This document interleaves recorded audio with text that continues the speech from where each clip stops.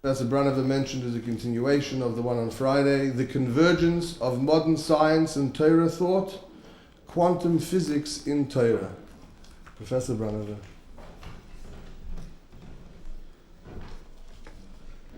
Good morning. I have to say I start feeling permanent here. If it goes like that a few more days, I will ask for a tenured position if Rabbi Groner will give me. Also, I'm very pleased and honored that we have here in the audience Professor Asofer. As a matter of fact, I told him that in his presence I feel that maybe I should sit down and he should give the lecture. But simply because I traveled so far from Israel, so he will forgive me that this time I will lecture. Simply he doesn't need my lecture, that's for sure. Well, since there is a continuity of a number of lectures, I think I should start with repeating very briefly, reminding what did we speak about last Friday, because probably not everybody was Friday here, so I will just remind very, very briefly, and then we'll go on to the subject of today's lecture, which was just announced by Rabbi Groner, and which is the convergence of modern science and Torah. And specifically, I will try to discuss, as much as time will permit, the meaning of quantum physics, one of the modern theories of one of the most fundamental theories of modern science of the 20th century, is quantum physics, although it's not so well known to the general public. Somehow general public knows much better theory of relativity. Both have been actually started by Einstein, but somehow in the perception of general public, theory of relativity is, if not known to the depths, at least the idea, the title, the name is known. Not so with quantum physics, which is practically much more important, and we will try to dedicate today quite substantial time to analyze the philosophical, or maybe rather metaphysical, implications of quantum physics and their meaning for strengthening our belief in Torah.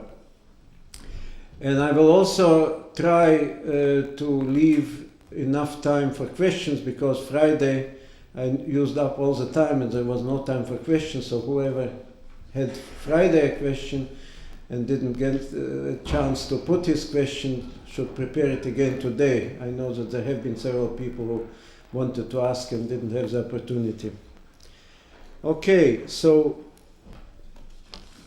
we spoke last time Friday that according to the Rebbe, science is neutral, neither bad nor good.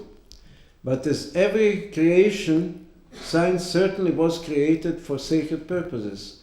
And it's up to us how to use our free will, either to use science for atheism, for distancing people from Torah, for purposes which are direct opposite to the intention of the Creator, or we can certainly use science, and even more so technology based on science, for spreading Torah, for helping studying Torah, and so on and so forth. I also made the statement, and I certainly can repeat it, and it's to me obvious, that science is no more than sophisticated craft. And therefore, it's absolute no justification in worshipping science, in the tendency which is so characteristic for our days to make out of science a new idol. If idols in the ancient times have been from wood and stone, today we have a different kind of idols. We worship ourselves, we appear to ourselves so mighty, so powerful, that we don't leave in our perception, in our minds, we don't physically leave place for God. We fill up the whole universe. We're so important, we're so enlightened, we're so advanced. So as long as we do not make out of science an idol, we can use science for very, very positive purposes. We can use technology based on science for good reasons, for good purposes, whether it's in medicine, in agriculture, or whatever else. to make life more convenient, to save more time, so that people have more time for studies, for perfecting there as human beings. That's certainly possible, but that, as already said, is dependent on our free will, how we use sciences. Then we discussed conflicts, that according to the perception of classical science, of science based about 300 years ago, founded by Newton and his school of thought, there has been a feeling that there are a number of examples where science is contradicting Torah, opposing Torah. And it seemed to be quite convincing, so much that even a number of very great Torah scholars had the intention, had the inclination to compromise, to give in at a certain degree, because it seemed to them that the arguments brought by scientists of that time, or those who had been trying to interpret science against Torah, against faith, against belief, appeared to them very, very strong, and to save the situation, to keep the young people, the young generation inside the Torah life, they felt that maybe, and of course it was wrong, they erred very, very severely. They wanted to give in at a certain points and compromise and try to exclude the literal meaning of the Torah in a number of issues. All that belongs to the past. Now we are living in the era of modern science which have been started, created in the beginning of the century, and this process of developing new and ever new theories is lasting to this very day. And according to modern sciences, the conflicts are disappearing. And remarkably, they are disappearing not because that certain rabbis are standing up and speaking out in a certain way. The conflicts are disappearing because the virtue of the development of sciences is making all those conflicts invalid, inappropriate. And that's, of course, remarkable. So spontaneously, from inside, the progress in those sciences is bringing to the exclusion of all the conflicts which have been supposed to be conflicts for a number of years, sometimes for several centuries, and today it's becoming obvious that it's not only not against the Torah, but rather the new views are in perfect harmony and are strengthening the Torah world outlook. And we discussed the role of Haskalah, of Maskilim, who introduced secular studies in Jewish institutions of learning, and we've tried to follow through, at least briefly, the tragic results of this attempt to combine Torah studies with secular studies, with ever greater preference for secular studies, and that ended up in complete exclusion of Torah studies. And we discussed the fact that the descendants of Maskilim, just few generations later, became, most of them, those who assimilated, simply disappeared. In Central Europe, the Haskalah movement was leading directly to disappearance, physical disappearance of hundreds and hundreds of thousands of Jews. And in Eastern Europe, there have been two results of the activities of Haskalah, and I was stressing the point that all generations of Chabad Rebbes have been fighting without any compromises against Haskalah, because, of course, they knew that Haskalah is a terrible, terrible danger for the future of the Jewish people. And it's well known that the Alter Rebbe was fighting against Napoleon because he was saying that if Napoleon wins the war against Russia, it will be physically good for Jews. But in the long run, in the spiritual sense, it will be a catastrophe. It will be, God forbid, the end of the existence of Jewish people, or since Jewish people cannot disappear, of course, because we have the promise, we have the covenant with Avraham Avinu. But for many, many Jewish families, it would be a catastrophe. And the Alter Rebbe was stressing that if the Russian Tsar wins, It will be still very difficult physically, materially. It will be as it was at that time, terrible poverty of Jews, pogroms and many other terrible things, but Jews will survive. Judaism, Torah life will survive, Torah education will survive. And history, of course, completely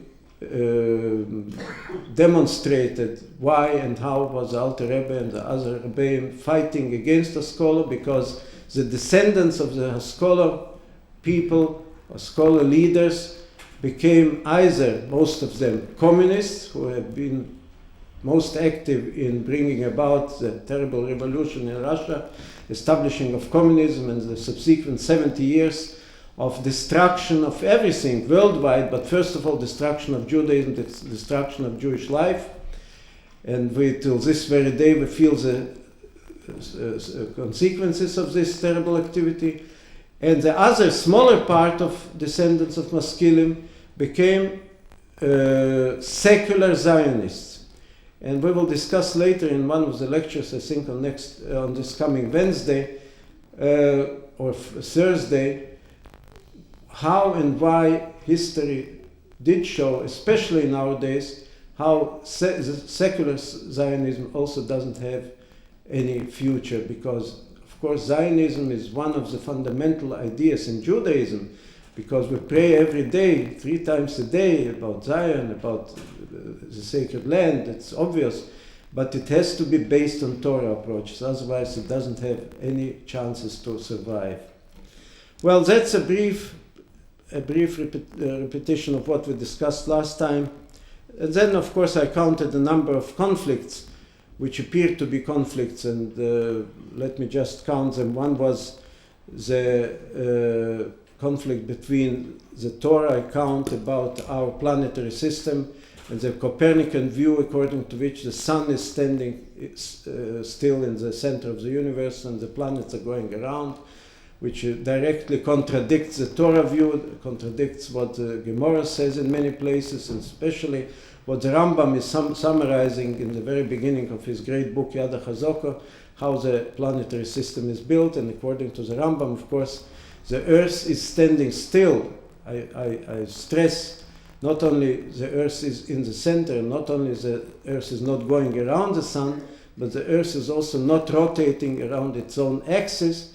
And that's the Torah view, and that seemed to be a severe contradiction with the Copernican idea about the structure of the planetary system. And I mentioned a number of other contradictions in the field of geology, age of Earth, Darwinian evolution, the reductionist approach according to which a human being is not more than a sophisticated machine which can be calculated, predicted according to laws of natural sciences. And we spoke about determinism. Determinism in classical sciences, the background philosophy, the outlook which underlies all the classical sciences, Newtonian sciences, is determinism, that everything which happens in the universe is chains of causes and effects, and that by definition excludes the possibility of a free will, because in combination with the reductionist approach, if a man is a machine and this machine acts according to laws of nature, then if there is determinism, it would be possible to calculate, predict how a man will behave for whatever number of years to come. And that is, of course, in severe conflict with one of the most fundamental concepts of Judaism, of Torah, which is free will. That we act, when it comes to a moral decision, between fulfilling a mitzvah or, God forbid, undergoing a sin. We are free. God is not forcing us. God is begging us to choose the right way, but is not forcing us. And if there is a complete determinism and a man is not more than a machine, then as another great scientist of the Newtonian school, of the deterministic school of classical sciences, Laplace, a great French scientist, mathematician and astronomer and so on, as he put it, as he wrote, that if he would be given the precise condition of every atom in the universe, precise position and condition, he could calculate, at least in principle, maybe practically he realized it's impossible, but in principle, he could calculate everything which will happen to every object in the universe for whatever number of years to come, including the behavior of a human being, including the behavior of a human being who is not yet even born. And if Laplace would be right, God forbid, then there is no free will. And by the way, that is, of course, the most fundamental conflict. Among all those things which have been regarded as conflict between Torah and science, this one, although little known and little recognized, but that was the most fundamental issue out of all the issues regarding conflicts, because it touches upon a fundamental principle of Torah. And that was actually one of the foundations of the absolutely wrong, unnecessary and wrong approach to teaching of sciences in universities. The Rebbe is making the point, the Rebbe, as I told you, is making the point that sciences are neutral and can be and must be used for sacred purposes. And we'll discuss in one of the subsequent lectures the Rebbe's example how technology can be used very successful for a number of very sacred purposes. Specifically, the Rebbe is explaining how the invention of the radio waves and radio communication, how can it be used? It can be used directly for spreading the words of Torah all over the globe, and even outside the globe. If people are on the moon or will be someday more or less permanently on the moon, they can communicate with Earth and listen to a Torah lesson transmitted from the Earth. That's one of the level of positive use of technology. Then there is something even more important, because as the Rambam is writing in the end of his book, he's quoting Isaiah's prophecy that in Mashiach's time the earth will be filled with words of Torah, and the radio invention of radio is making it very simple and physically possible, because radio waves are a physical carrier of the words of Torah, and radio waves are filling up all the space around the earth, around the globe, and as I just mentioned, are going even to the moon. So we're filling up physically the world with words of Torah, which resembles very, very closely what Rambam and Yirmiyahu Hanavi are speaking about the time of the days of Mashiach. And there are several other teachings which, according to the Rebbe's Sikha, can be derived from using technology, this radio technology, specifically radio waves, which is a combination of electromagnetic waves, electromagnetic forces, and the Rebbe is indicating that according to modern science, electrical fields and magnetic fields are actually the same. They are convertible in each other in both ways. And that shows the unity of the creation, which reflects the unity of the Creator, and so on and so forth. But the Rebbe also mentions that university education is, of course, not something which can be recommended for a Jewish young boy or girl for a number of reasons. First of all, because the immoral conditions in the universities, especially in dormitories, that's very simple and understandable, but also because for centuries, sciences are taught in the universities on basis of atheistic philosophy. It's absolutely unnecessary, it's artificial, it's forced upon the lecturers, not maybe that they are instructed to do so, but they have been brought up themselves in their families, in their kindergarten, in their school, in such a way that they don't imagine otherwise how to approach sciences, only from the atheistic point of view.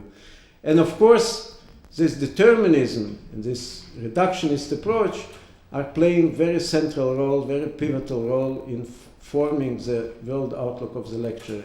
And that's one of the reasons why university education cannot be recommended, because sciences, which are supposed to be neutral, are taught with a certain background of atheistic approaches. And so sciences, the young children, the young students are influenced and made into atheists with absolutely no objective, justified reason. Okay. Modern science, as I mentioned already, is something which made a fundamental revolution in our world outlook.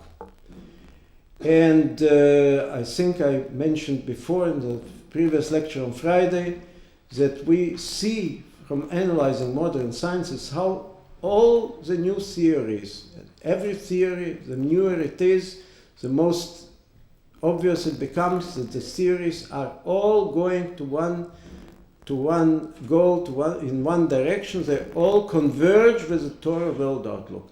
Unlike in the previous centuries when Torah was excluded by sciences, when sciences have been leading outside, away from Torah, when sciences have been influencing young people to become distant from Torah, to become atheists, today every new theory, without exclusion, is more and more leading into the direction of Torah. And that's, of course, absolutely remarkable, and that deserves a little bit more attention, because that's not known. I showed you last time a number of articles from the general press, from papers and journals like Newsweek and the New York Times and so on. And even there, which is also remarkable, that they did theirs. They wouldn't dare 10 years ago to put in such articles. Today, they're putting articles under the title Science Finds God. By the way, a number of people asked me for copies of those articles, and the originals are with Rabbi Groner, and he kindly promised to make a number of copies for those who will want to have the articles. Well, let's take several examples. Of course, most important is to analyze how modern science is viewing the point of age of universe and Darwinian theory, the origin of species. But since we will have two special lectures, one on Darwinism and one on age of universe, I will not discuss it in any great detail, only by passing, and we will concentrate on other issues. First of all, I mentioned that the first conflict between Torah and science was created by a Copernican approach, by Copernicus, who placed the sun instead of the earth in the center of our planetary system. Of course, one can say that there have been previous conflicts. I mentioned it last time that we just recently celebrated Hanukkah, and Hanukkah was marked at that time, more than 2,000 years ago, by the fact that a number of Jews became Hellenists, actually they fulfilled the same role as Maskilim in our times. They wanted to prefer Greek culture over the Torah culture, over the Torah education. But in more modern, in more recent times, of course, the first conflict was this Copernican conflict against the Ptolemean system, as it was accepted unanimously worldwide, that the Earth is standing still. Now, what happened with Einstein's with development and publication of Einstein's theory? According to the general relativity theory of Einstein, there is no experiment which can reveal the real situation. Whether the sun is standing still and all the planets and Earth are revolving around the sun, or the situation is as the Torah presents it, that the Earth is standing still and the planets and the sun and the stars are going around. There is simply no possibility from the scientific point of view, as long as relativity will be in force and will be not refuted, which may happen in the future, because till now every theory, once valid, is ultimately becoming invalid and replaced by a new theory. But as long as we adhere to relativity, and that's the case today, we have to say that there is an equivalence. We cannot make the distinction between inertia forces and gravity forces, forces of attraction between two masses. And therefore, everything we observe could be interpreted in two possible ways. Either, for instance, people who try to convince and still try to convince that the Earth is rotating are demonstrating a very simple and apparently very convincing experiment with a pendulum, the Foucault pendulum, a long, long pendulum of several tens meters long, and it's well known that the pendulum, when it swings, is keeping the plane, the direction of its movement. And if we make a line on the floor parallel to the movement of the pendulum, after a certain number of hours, we see that the pendulum suddenly is not suddenly, it's gradually develops, the pendulum moves away from this line, and they say, look, it's very, very visual, very obvious example, convincingly showing that the Earth is rotating. The Earth moved and the pendulum kept the plane of the swinging, and that's it. But it turns out that if the whole universe, all the huge masses of planets and sun, and even more so stars and galaxies, all that goes around, that's a well-known Mach principle, then the force of attraction, the gravity force, is pulling the pendulum and creating the same effect. And you can in no way make any distinction. So scientifically today, there are two possibilities, rather three even, as the Rebbe points out. There is a possibility that the Earth is standing still, as the Torah says, and everything else goes around. There is another possibility that the sun is standing still. Scientifically, you can make a distinction. And there could be a third possibility that both the sun and the Earth are going around a certain point between them. And as long as Einstein's relativity is not refuted, that's a law of nature. You cannot do anything with that. Now the situation then becomes as follows. There is a Torah statement, and a statement made very clear by the Rambam, that the Earth is standing still. Science says, yes, that's one of the three possibilities, equally possible, and science cannot make a distinction. So one has really to have a lot of chutzpah to choose, especially dafka, one of the three possibilities equally proposed by science. Between ourselves, I would not hide that I personally would not accept a scientific view which is opposed to the Torah view, even if science would say something to the contrary. But that was the situation 100 years ago. Today, science says, I don't know. It might be this way, it may be exactly the other way. And one who is still stubbornly insisting this is a real situation, that the sun is standing still and the earth is going around, he simply has a lot of chutzpah, because he dafka prefers a view which is opposed to the Torah. And I know a number of scientists, I know even scientists who are working in relativity, which still didn't appreciate the fact that science, Einstein's relativity, brings us back to the Torah view and makes it not only possible, but necessary to accept the Torah view. So much that when the Rebbe came out repeatedly with this statement about the earth and the sun, we made a special seminar, which was silly, but we made a seminar, a spontaneous mini seminar in New York. A number of people who view themselves as believers, as I do, but nevertheless it was difficult to understand, to comprehend what the Rebbe is saying. Why? Not because there have been objective scientific reasons, because we get used to something.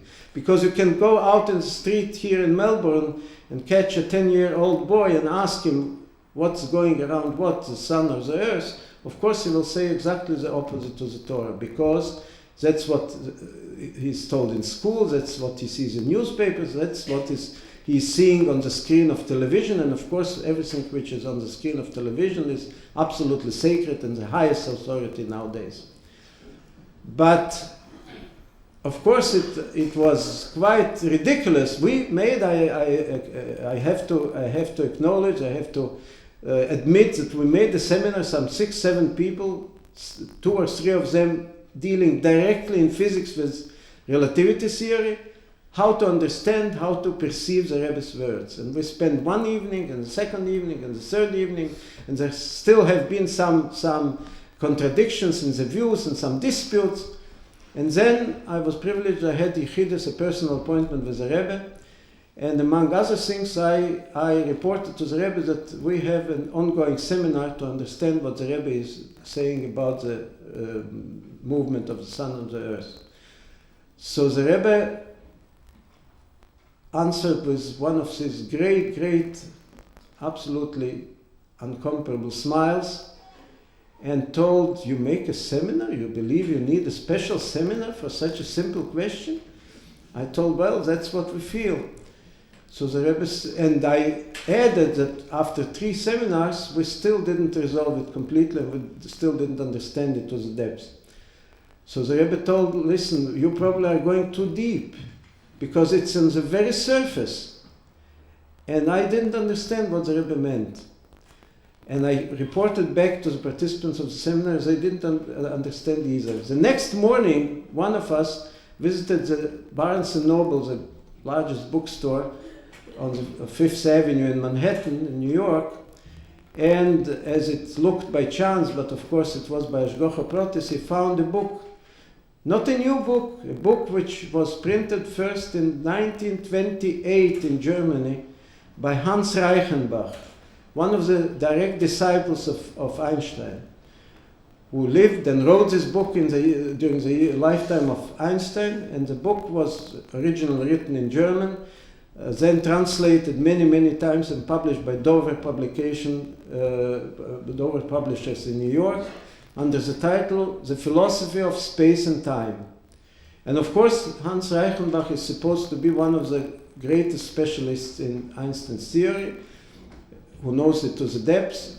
And in his book, he dedicates several chapters to the question of the equal possibility of Ptolemean and Copernican system.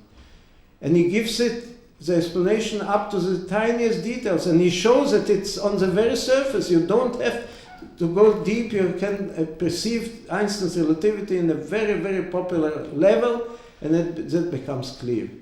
So that should teach us quite a lot. What are current textbooks for children,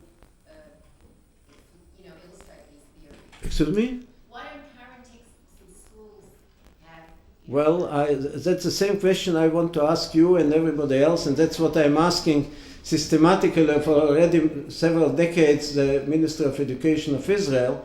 Why shouldn't they revise all the school textbooks, at least to update them regarding the contemporary scientific level? And I still didn't get any comprehensive answer. But let's leave the questions for the end, otherwise I will not finish what I wanted to tell you.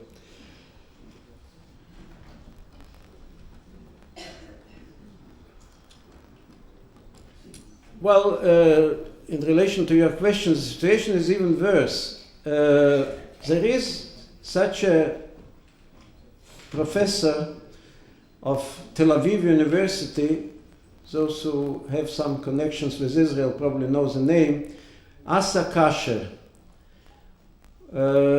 one of the most liberal leftist and so on, although a descendant of a very much respected rabbinical family, because his grandfather, Menachem Kasher, was a great Jew, a great writer, a Torah scholar, wonderful books. But it happens sometimes, in some families it happens, unfortunately. And Asa Kasher is a full professor of Tel Aviv University in philosophy. And he specializes on Kant's philosophy. And I heard once, quite a number of years ago, his program on Israeli radio, when he, for 45 minutes, he was laughing on those medieval creatures, the Frum Jews in black clothes who are so primitive that they can, till this very day, believe that the earth is standing still.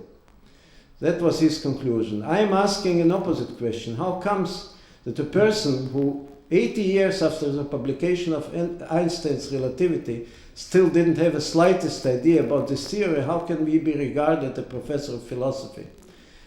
Well, a good question, no answers, unfortunately. Well, we mentioned geological conflicts last time when we spoke.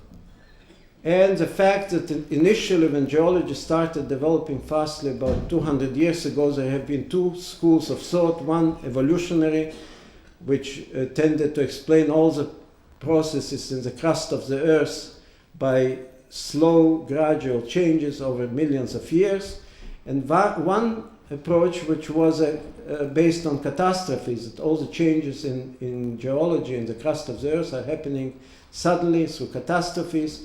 Then, maybe mainly for ideological reasons, the evolutionist school suppressed the other, the catastrophe school, and that's how nowadays many arguments are made about the age of Earth based on geological, what they call evidence, because they find all kinds of layers. They speak about the caves, you know, those pillars, those stalactite pillars in caves where water dripping and containing some salts is building up a pillar, and they make a very primitive and very simple calculations. The pillar is growing every year by a fraction of a millimeter, so as I say, this cave is hundreds of thousands, maybe millions of years old.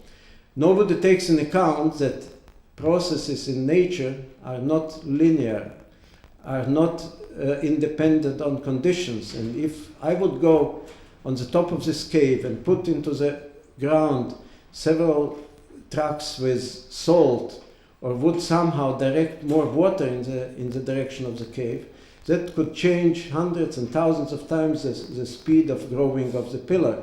But nobody takes into consideration. We will speak more about extrapolation, and especially extrapolation backwards. Imagined continuation of a curve according to what we see now when we will discuss the age of universe and Darwin's theory. So I will not spend more time today.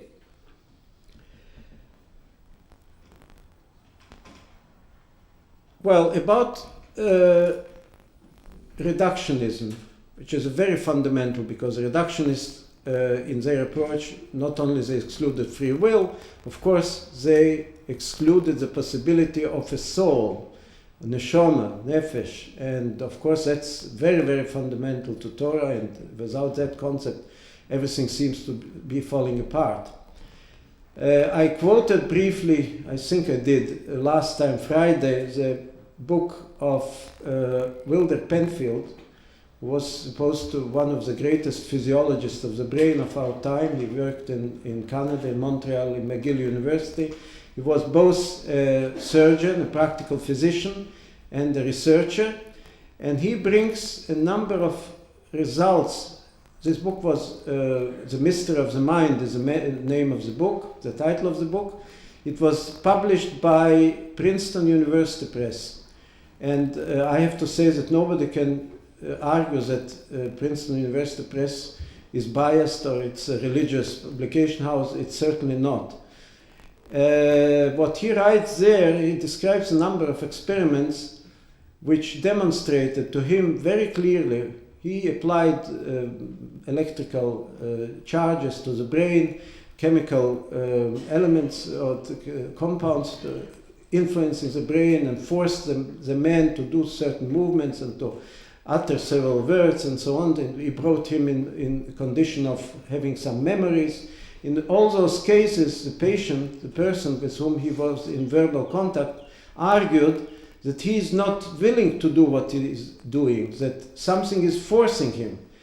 And of course I'm making it very short because I'm running out of time, but a much deeper, much more serious analysis brings Professor Penfield to the conclusion that yes, there is a brain which acts as a computer with electrical currents and so on, but there is something which is controlling, and it's above and the brain, and he says this entity is aloof and outside the brain, and that is something which he, as a scientist who deals with matter, with tangible things perceivable through our senses, he cannot do anything. He cannot continue his research in direction of this entity because that's something not material, that's something spiritual. Of course, that's an absolutely obvious recognition, scientific recognition, and who is making that? A man who has nothing to do with religion, no intention whatsoever, but he comes to the recognition of the soul. So again, we have an absolute ideal harmony, convergence of sciences with Torah. And what I should discuss in greater detail is quantum theory. But before, permit me to dedicate several minutes at least to the philosophy of science of modern times. And I specifically refer to Karl Popper, whom I believe I briefly mentioned already last time. Karl Popper didn't invent his philosophy. His philosophy was based very much on the works of another British philosopher, David Hume, who lived about 250 years ago. David Hume discovered a striking fact about philosophy of sciences. It was assumed before that a scientific theory can be proven by finding more and more experimental empirical facts. The more facts are verifying the results of a theory, the stronger the theory becomes. That's what people believed. Now Hume, to his horror, discovered, and he was so shocked by his discovery that he delayed the publication for many, many years. He didn't dare to publish it. He suddenly found a very simple thing, which I am surprised that it didn't come to anybody's mind earlier, that whatever number of experiments is done, it doesn't prove a theory. Because to prove a theory, to make it true and final, one would have to perform an infinite number of experiments. Because if even he did 1,000,000 of experiments, the 1,001st experiment could go wrong, could be to the opposite of this theory. And then the 1,000,000 doesn't matter against the one which is contradicting. So Hume actually came to the conclusion that a theory can be disproven by an experiment, but it can never be proven because a human being and even the entire mankind cannot perform an infinite number of experiments, obviously. Now, infinity is not achievable. Infinity is discussed in Chassidus quite at length and in depth, but even those who didn't learn Chassidus from a purely mathematical point of view, it's known that you cannot reach infinity. Now, Popper went a step further. Popper came to the conclusion that a decent theory and a scientist who is a person of integrity, a serious scientist, has to build his theory in such a way, has to describe his theory, formulate his theory in such a way that it's open to disproval, to refutation, exposed to refutation. If the theory is built in such a way that you cannot refute it, it's not a theory at all. And I think I mentioned last time already that Popper brought two examples. In many of his books, he brings usually two examples of theories which cannot be disproven, cannot be refuted. And that means that they are not theories at all. One is Marxist economy and one is Darwinian evolution. So let me demonstrate it to you by a very simple example, which is scientific but very simple. If suppose somebody is exploring, investigating, researching the boiling of water, very simple physical process. Everyone does it in his home when he puts on a teapot in the morning. He's making an experiment about boiling of water. So if one wants to know when and how water is boiling, he would put a thermometer into the teapot, and then he sees that water is boiling. I don't know what's accepted in Australia, Fahrenheit or Celsius, Oh, that's good, because I'm very weak in Fahrenheit. So he sees water is boiling at 100 degrees centigrade. So we have a statement, a scientific, it's not a complicated theory, but a scientific statement. Water is boiling at 100 degrees centigrade. Then evaporation starts not only from the surface, but in the whole mass of the water, bubbles and so on, all what is specific for boiling. But is it good enough if I boil water in my teapot and you boil your water and the third person and the 10th and the 100th person? Does it prove the theory, the statement? No. Popper says you have to take your teapot and change the condition dramatically with the hope that maybe you will discover that it doesn't boil at 100 degrees centigrade. For instance, you should take your teapot and climb up a high mountain. And you boil your water there and you suddenly see it boils at 96 degrees centigrade. So then you start thinking. You refuted your previous theory, your previous statement, and you start thinking what can be the reason? What's different on the mountain? And you think, of course, pressure is different. You feel it in your ears. When you go up, pressure is going down. So water boils at 100 centigrades at atmospheric pressure on sea level. But if the pressure is lower, then water boils at lower temperature. And we made a very substantial progress, a jump in our theory.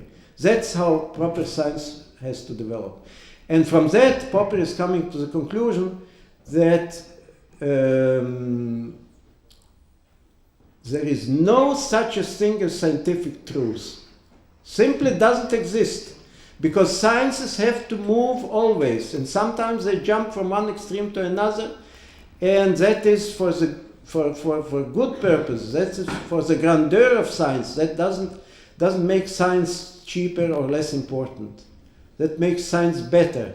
There is no truth in science. We say the truth is one. Tireless, we know that will never be changed. If something can and must be changed, it's not true, it's temporary. And he says the best science can do is a generalization of all the evidence we accumulated till now. That's good. And that's good enough also for practical purposes. For instance, light. The Greeks believed that light is a flux of particles. Then it was found that one light beam can cancel out another light beam, and then they invented a completely different idea, waves.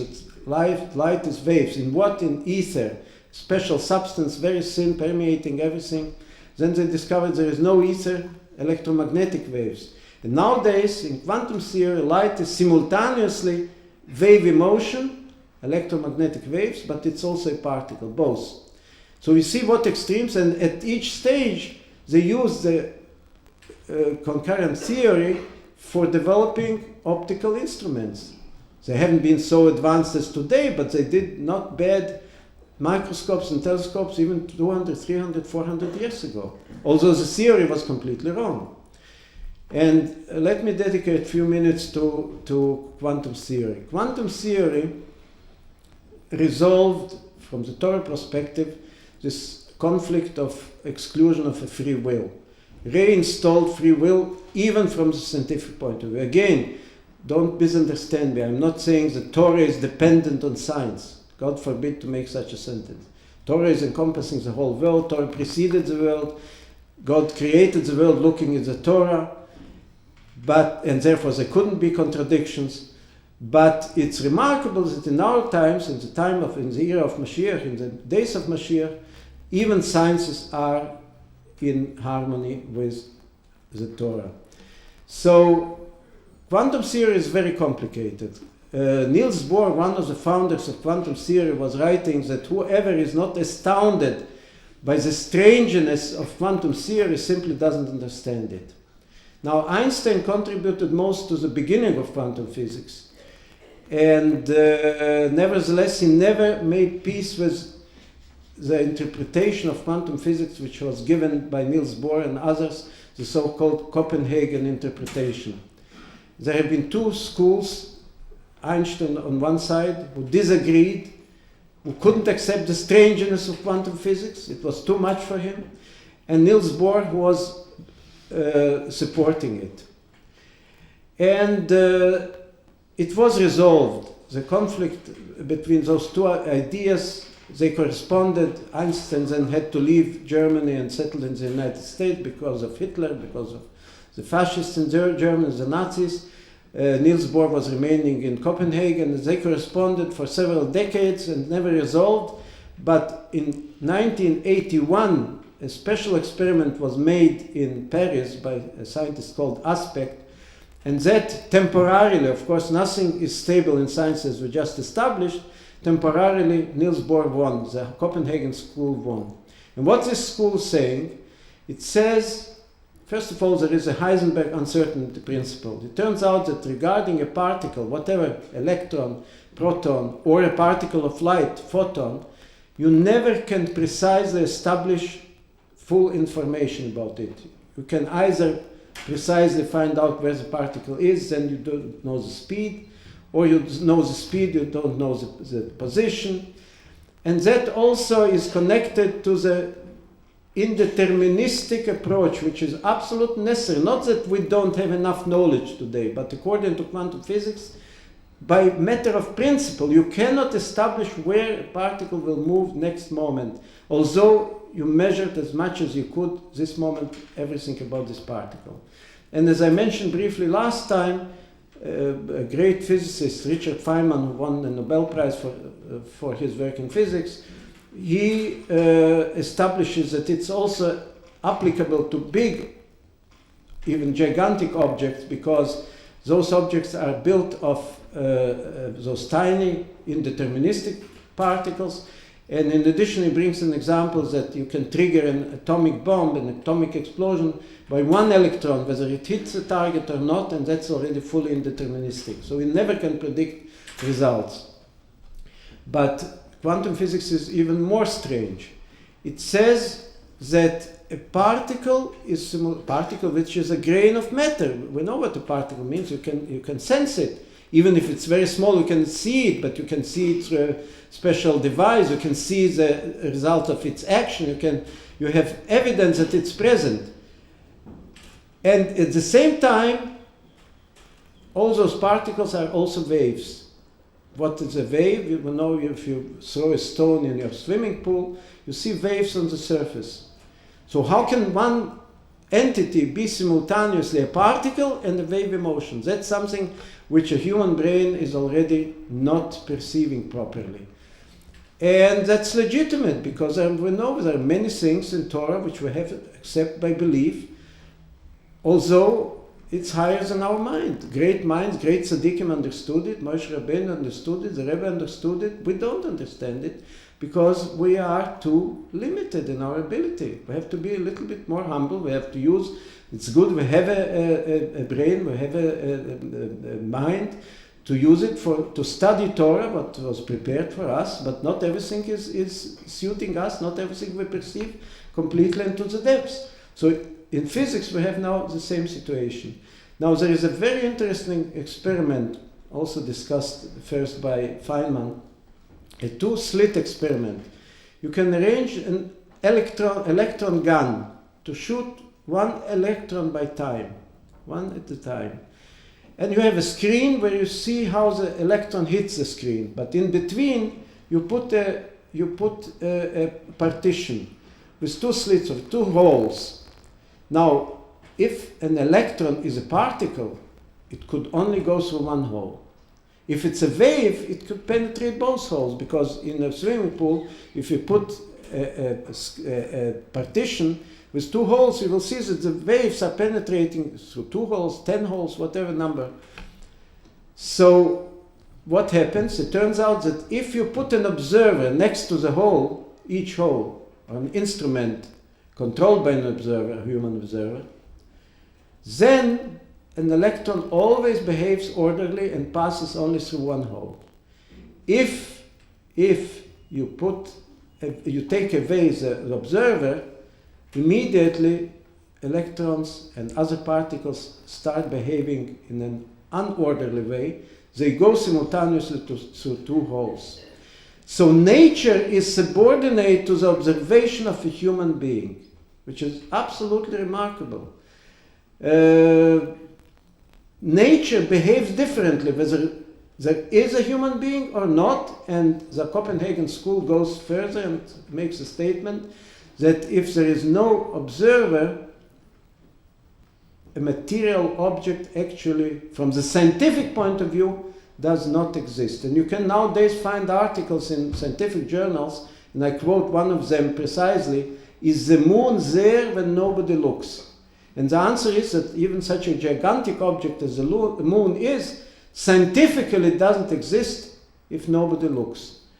Now, I say scientifically because we know it exists. We read in the Sedra, the first Sedra of the Torah, Parsha Breshis, we read how God created the sun and the moon and for what purpose and so on. But those who are not believers have tremendous difficulties because nothing exists unless it is observed by a human being. It also resembles another statement of the Torah, the posuk which we say Friday night at the Kiddush. I will say it in Sephardic pronunciation, Asher bara Elokim la'asot, which God created to do, to make, which is a strange sentence, and the commentators are explaining that God created the universe and the objects. The duty of man is to perfect the creation, and therefore man is getting a partner with God in establishing the order in the world. And now suddenly quantum physics, a purely scientific theory, which maybe one day will be refuted, but today everybody goes by quantum theory, and you cannot develop electronic instruments, you cannot do many other things without it. And it says exactly what the Torah predicts. And you can read in an article, many articles as a matter of fact, but I will quote Eugene Wigner, who in his very famous article to the body and mind problem, published about 20 years ago, he makes a statement that only a human being possessing free will can determine existence of a material object. Look what happens. Physics suddenly comes to the necessity of a free will, and he explains that neither an animal, which doesn't have free will, nor a robot, only a human being has free will, which is not subordinated and controlled by laws of nature, and that can determine behavior of all kinds of things in the universe. And those who are biased and go by atheism, they have severe difficulties. For instance, we had in Israel a few years ago an article which attracted much attention, the first popular article about quantum physics in Hebrew, and the author, who is of course an atheist, he came to this question: how did the world exist before man came into existence?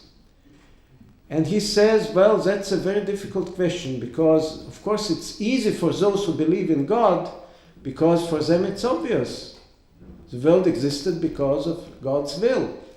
But he says, we have difficulties, so maybe we should assume that some other creatures from another planet fulfill this duty of observation.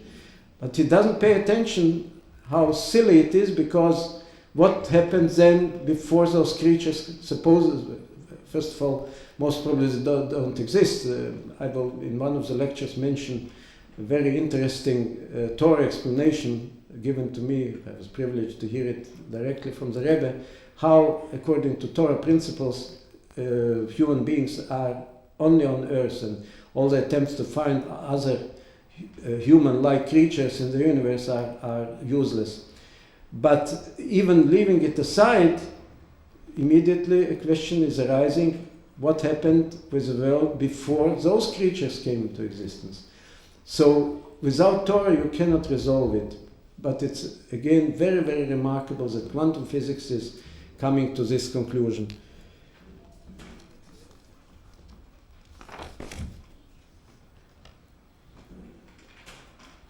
And finally, maybe just one more minute. I apologize, I again didn't keep the time properly. It's very interesting that the contemporary ideas about time spoke about space, we spoke about matter, now a little bit about time. Relativity, general relativity and special relativity deals very much with the concept of time. And there is a famous paradox, the twin paradox. Since time is dependent on movement, the faster an object moves, the slower is going time on this object. It comes to a conclusion that if two twin brothers, one is staying on the Earth and the second is flying with a spaceship, on a spaceship with velocity close to the velocity of light, so when he returns to the Earth, he should be much younger than his second twin brother. And there are even paradoxes that the father can become younger than his son, and all kinds of, what they show in all kinds of scientific fiction movies, and which is good for a movie, but doesn't have anything in reality, of course. So the Rebbe is saying that this twin paradox, besides all the scientific refutations, according to Hasidus, according to Torah, it has nothing to do with reality. Because there are two concepts of time. One is Hazman ha-nimdad, ha-meshur nimdad, time which is assessed and measured. And there is etzem hemshech hazman, there is the basic continuity of time. And the first is of course changing, but a real age of a person, which is determined by God, is going according to this absolute continuity of time.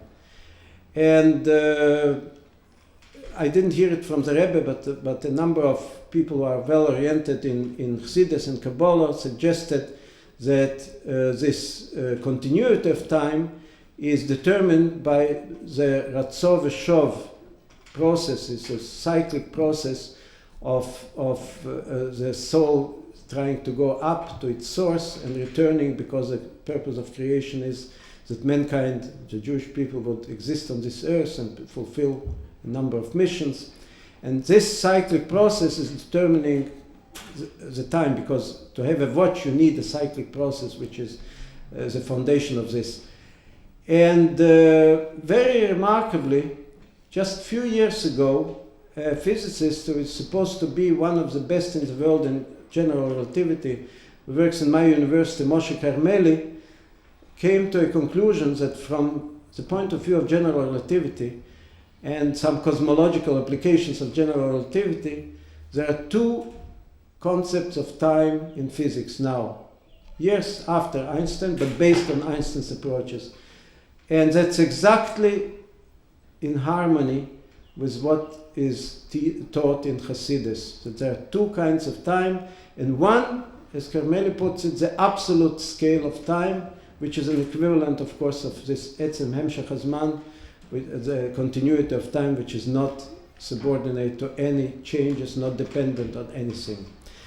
So again, what we can see, that the Torah knowledge, I would call it the asymptotic. In mathematics, there is an idea of an asymptotic value. If a curve is gradually approaching a several value, it's called the asymptotic value of this function of this curve.